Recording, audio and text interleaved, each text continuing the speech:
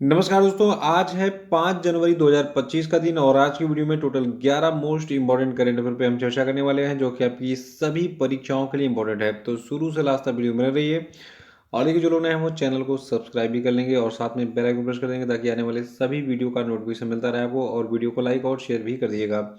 देखिए पुराने छात्रों को, जो लोग पुराने छात्र जुड़े हुए हैं वो और भी छात्रों को बता दें कि अब क्लासेस जो है इस चैनल पर शुरू हो गई हैं और लगातार नवंबर से यानी 3 महीने से क्लासेस जो है चल रही हैं इस चैनल पे। तो एक बार फिर से सबको जो है बताने के लिए अपना व्हाट्सएप स्टेटस आप लगा सकते हैं इस वीडियो का और फेसबुक और अन्य जो है सोशल मीडिया पर जो है आप शेयर कर सकते हैं वीडियो के लिंक को। तो ये काम कर दीजिएगा। आज का पहला प्रश्न है कि हाल ही में किस बैंक ने हर घर लखपति योजना लॉन्च की। तो देखिए हर घर लखपति योजना को स्टेट बैंक ऑफ इंडिया ने लॉन्च किया है। और देखिए आपको बता दें स्टेट बैंक जो आपका है जिसको भारतीय स्टेट बैंक कहते हैं, तो भारतीय स्टेट बैंक ने वित्तीय समावेशन को बढ़ावा देने के उद्देश्य से दो नवाचारी योजनाएं शुरू की हैं। और ये दो जो नवाचारी जमा योजनाएं हैं इनमें पहला आपका है हर घर लखपति योजना, दूसरा है एसबीआई पैट्रोन्स। ठीक है, तो ये दोनों योजनाएं क्या है इसको हम थोड़ा सा संक्षेप में देखेंगे। देखिए जो हर घर लखपति योजना है ये एक पूर्व निर्धारित आवर्ती जमा योजना है जिसे ग्राहकों को 1 लाख रुपए या फिर उसके गुणक राशि तक बचत करने में मदद करने के लिए डिज़ाइन किया गया है। और जो दूसरी योजना है एसबीआई पेट्रोन्स, तो ये देखिए जो बुजुर्ग लोग हैं उनके लिए है। देखिए एसबीआई ने एसबीआई पेट्रोन्स नामक एक विशेष फिक्स डिपॉजिट योजना पेश की है जो कि विशेष रूप से 80 वर्ष और उससे अधिक आयु के वरिष्ठ नागरिकों के लिए बनाई गई है। और ये जो एसबीआई पेट्रोन्स योजना है ये वरिष्ठ ग्राहकों के साथ बैंक के दीर्घकालिक संबंधों को पहचानते हुए अतिरिक्त ब्याज दरें प्रदान करती है। और ये योजना मौजूदा और नए टर्म डिपॉजिट ग्राहकों के लिए उपलब्ध है। तो याद रखिएगा कि एसबीआई पेट्रोन्स और हर घर लखपति योजना ये दोनों योजनाएं स्टेट बैंक ने हाल ही में शुरू की है। और दूसरा प्रश्न कि हाल ही में किस देश का 1 जनवरी 2025 से यूएनएससी यानी कि यूनाइटेड नेशन सिक्योरिटी काउंसिल में अस्थायी सदस्य के रूप में 2 साल का कार्यकाल शुरू हुआ। तो देखिए ये देश आपका पड़ोसी देश पाकिस्तान है जो कि हमारा ही बालक है, बेटा है। तो पाकिस्तान जो है ये 15 सदस्यीय परिषद में 8वां कार्यकाल है इसका, यानी कि इससे पहले भी 7 बार जो है ये मेंबर रह चुका है। और इसका कार्यकाल जो है 1 जनवरी 2025 से शुरू होकर 31 दिसंबर 2026 तक चलेगा। डेट याद रखिएगा।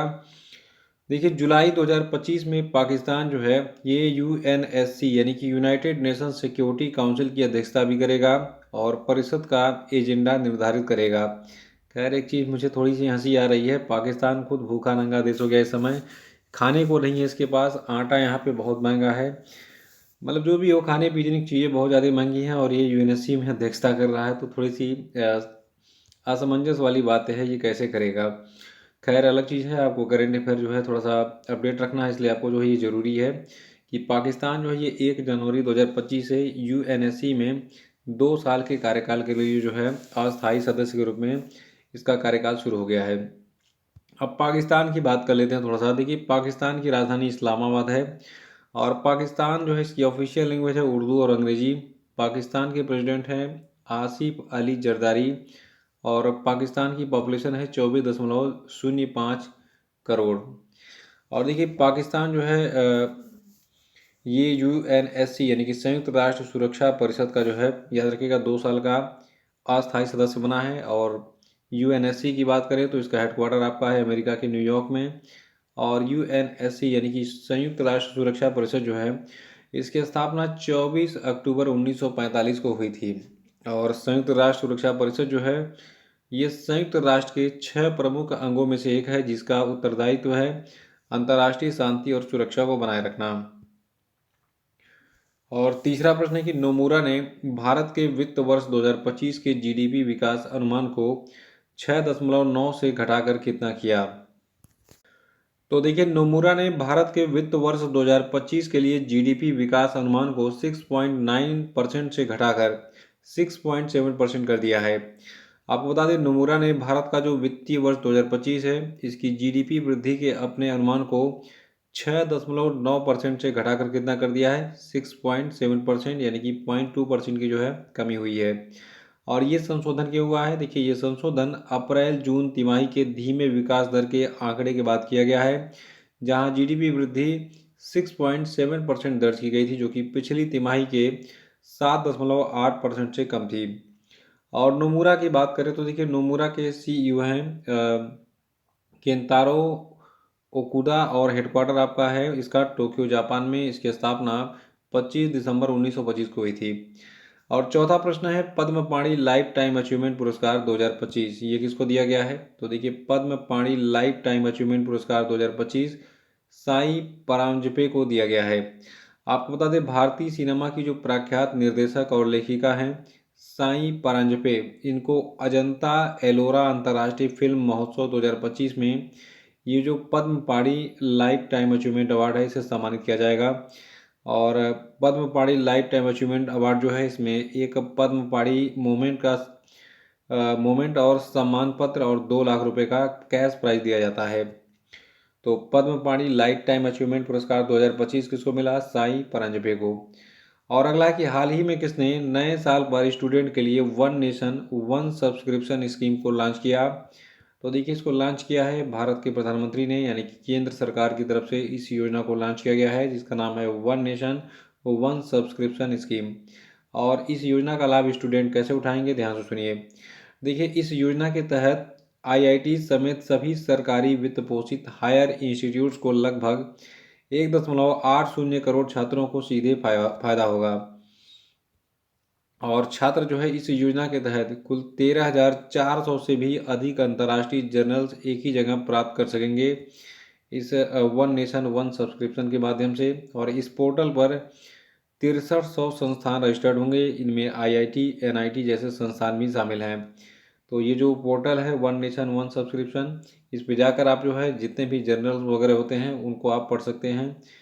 और इसमें 13,400 से अधिक जो है अंतर्राष्ट्रीय और राष्ट्रीय जर्नल आपको जो है मिल जाएंगे। तो जो लोग रिसर्च स्कॉलर हैं उनके लिए फ़ायदा होगा इससे। और छठवां है कि हाल ही में किस स्थान पर तमिलनाडु के मुख्यमंत्री के स्टालिन ने तमिलनाडु के पहले कांच के पुल यानी कि ग्लास ब्रिज का उद्घाटन किया? तो देखिए, तमिलनाडु का जो पहला कांच का पुल है यानी ग्लास ब्रिज है, इसका उद्घाटन कन्याकुमारी में किया गया है। और ये पुल जो है विवेकानंद रॉक मेमोरियल और 133 फीट ऊंची तिरुवल्लुर प्रतिमा को जोड़ता है। और तमिलनाडु सरकार के द्वारा इसको 37 करोड़ रुपए की परियोजना के तहत बनाया गया है। ये पुल स्थानीय पर्यटन क्षेत्र को बढ़ावा देने का लक्ष्य रखता है। तो याद रखिएगा, 37 करोड़ रुपए की लागत से तमिलनाडु के कन्याकुमारी में एक जो है तमिलनाडु का पहला शीशे का पुल यानी ग्लास ब्रिज जो है बना है। और ये जो है अगला प्रश्न हमारा जो आपका है ये है कि असम में हाथी जनसंख्या अनुमान 2024 के अनुसार असम के हाथियों की संख्या जो है बढ़कर अब कितनी हो गई है? तो देखिए, अभी हाल ही में एक सर्वे किया गया जिसका नाम था असम में हाथी जनसंख्या अनुमान 2024, और इसके अनुसार अब असम में हाथियों की संख्या 5,828 हो गई है। मोस्ट इम्पॉर्टेंट प्रश्न है, नोट कर लीजिएगा। देखिए, 7 साल के बाद फिर से सर्वेक्षण किया गया है, और पहले 7 साल पहले जो जनसंख्या थी हाथियों की ये थी 5,719, जो कि बढ़कर 5,828 हो गई है असम में हाथियों की संख्या। आठवां प्रश्न है, हाल ही में समाचारों में देखे गए डोडो पक्षी की उत्पत्ति किस देश से है? देखिए, डोडो पक्षी आपने बहुत देखा होगा कि ये विलुप्त हो चुका है लगभग। ये कुछ इस प्रकार से दिखता है डोडो पक्षी, और ये मॉरिशस में जो है इसकी उत्पत्ति मानी जाती है। और आपको बता दें, डोडो जो है मॉरिशस का एक उड़ान रहित पक्षी है जो कि विलुप्ति के कगार पर है। और ये 1681 में अत्यधिक शिकार और आवास विनाश के कारण विलुप्त हो गया था, जो मानव जनित विलुप्ति का प्रतीक है, यानी कि लगभग विलुप्ति मान के चलिए इसको जो है। लेकिन इसके मेमोरी में देखिए कि क्या किया गया अभी हाल ही में। देखिए, कश्मीर, भारत का जो कश्मीर है वहाँ के कुछ कारीगर हैं, इन्होंने विलुप्त डोडो पक्षी को 343 साल बाद पेपर माछे कला के माध्यम से पुनर्जीवित किया है। तो इसको नोट कर लीजिएगा कि डोडो पक्षी जो है इसकी उत्पत्ति मॉरिशस में हुई थी, और 1681 में लगभग ये विलुप्त हो गया अत्यधिक शिकार के बाद। लेकिन कश्मीर के भारत के जो कारीगर हैं ये विलुप्त डोडो पक्षी के 343 साल विलुप्ति के बाद जो है पेपर माछे कला के माध्यम से इसको पुनर्जीवित कर रहे हैं। और अगला प्रश्न हमारा है कि नवा प्रश्न जो आपका है कि हाल ही में खबरों में देखा गया ग्रीन केकड़ा किस क्षेत्र का मूल निवासी है। देखिए ग्रीन केकड़ा भी काफ़ी चर्चा में है इस समय। देखिए ग्रीन केकड़ा जो है ये अटलांटिक महासागर और बाल्टिक सागर में इसकी संख्या बहुत अधिक बढ़ गई थी। तो एक जानवर है समुद्री उदबिलाव, ठीक है। तो इसने जो है इसकी संख्या को नियंत्रित किया, कैसे किया आपको बता दें। कैलिफोर्निया के एल्खोर्न स्लू नामक स्थान पर जो है समुद्री उदबिलाव की बढ़ती जनसंख्या ने आक्रामक ग्रीन केकड़ा की जनसंख्या को नियंत्रित कर दिया है। देखिए ग्रीन केकड़े, जिन्हें सौर केकड़े के रूप में भी जाना जाता है, दुनिया की शीर्ष 100 आक्रामक प्रजातियों में से एक हैं। ये अटलांटिक महासागर और बाल्टिक सागर के मूल निवासी हैं। तो इनकी संख्या को समुद्री उदबिलाव ने नियंत्रित कर दिया है। कहाँ पर? कैलिफोर्निया के एस्कॉर्न स्लू में। तो देखिए कोई भी जानवर जो है अगर उसकी संख्या बढ़ जाएगी, जैसे मान लीजिए चूहों की संख्या अगर बहुत ज़्यादा बढ़ गई, तो ये जो है मतलब मानव जीवन को त्राही त्राही कर देंगे। घर में तो नुकसान करेंगे ही, बाहर भी जो है मतलब नुकसान करेंगे। जैसे मान लीजिए हमारा जो खेत वगैरह होता है, गेहूँ का खेत हो गया, तो उसमें क्या करते हैं, ये गेहूँ की बालियों को काट कर बिल में ले जाकर खा पी के चिकन कर देते हैं। तो जब ये गेहूँ यही खा जाएंगे तो हमारे जो भाई बहन हैं या किसान हैं वो क्या खाएंगे। तो चूहों की संख्या को नियंत्रण करने के लिए देखिए सांप होता है, सांप चूहे को खाकर उसकी संख्या को नियंत्रित करता है। फिर सांप की संख्या बहुत ज़्यादा न बढ़े इसलिए सांप को चील खा लेता है, और चील फिर जब मर जाता है तो उसके बाद उसको जो है छोटे छोटे माइक्रोस बैक्टीरिया, वायरस बैक्टीरिया वगैरह जो भी है, फंगस वगैरह हैं, ये खा लेते हैं। और उसको फिर जो है फिर खाद के रूप में बना देते हैं, गला के मतलब डीकम्पोज करके, फिर उसी में जो है खाद में फिर आपके पौधे उगते हैं। मतलब साइकिल चलता रहता है हमारा इकोसिस्टम का। तो इकोसिस्टम को मेंटेन करने के लिए किसी भी प्रजाति का नियंत्रण बहुत ही ज़रूरी है, चाहे वो मनुष्य हो या फिर जानवर हो। तो मनुष्य की भी संख्या बहुत ज़्यादा बढ़ रही है, इसको भी देखिए दिन प्रलय आएगा। और देखिए इस ग्रीन केकड़ी की थोड़ा सा और बात कर लेते हैं। देखिए ये ग्रीन केकड़ा जो है ये ऑस्ट्रेलिया, दक्षिण अमेरिका और दक्षिण अफ्रीका तक भी फैल गया है। ये छोटे क्रस्टेशियस मोलस्क और कीड़े खाते हैं ग्रीन केकड़े, जिससे समुद्री घास के बिस्तरों को नुकसान होता है और शिकार प्रजातियों का अत्यधिक शिकार होता है। यानी कि जो घास बड़े बड़े हैं, मान लीजिए बड़ा बड़ा घास है, इसमें खरगोश भी छिपा हुआ है या फिर जो भी है, तो भाई जब ये घास का मैदान ही नहीं बचेगा, ग्रीन केकड़े इसको काट काट के अपने जो है दांतों से गिरा देंगे, तो फिर उन प्रजातियों का शिकार तो होगा ही। देखिए ग्रीन केकड़े स्थानीय प्रजातियों को पछाड़ देते हैं, जिससे तटीय पारिस्थितिक तंत्र में बाधा आती है। तो इकोसिस्टम को मेंटेन करने के लिए बहुत ज़रूरी है किसी भी प्रजाति का नियंत्रण, चाहे मनुष्य हो चाहे जानवर। 10वां है नेशनल रेनफेड एरिया अथॉरिटी किस मंत्रालय के अंतर्गत कार्य करती है। तो देखिए नेशनल रेनफेड एरिया अथॉरिटी जो है ये कृषि और किसान कल्याण मंत्रालय के अंतर्गत कार्य करती है।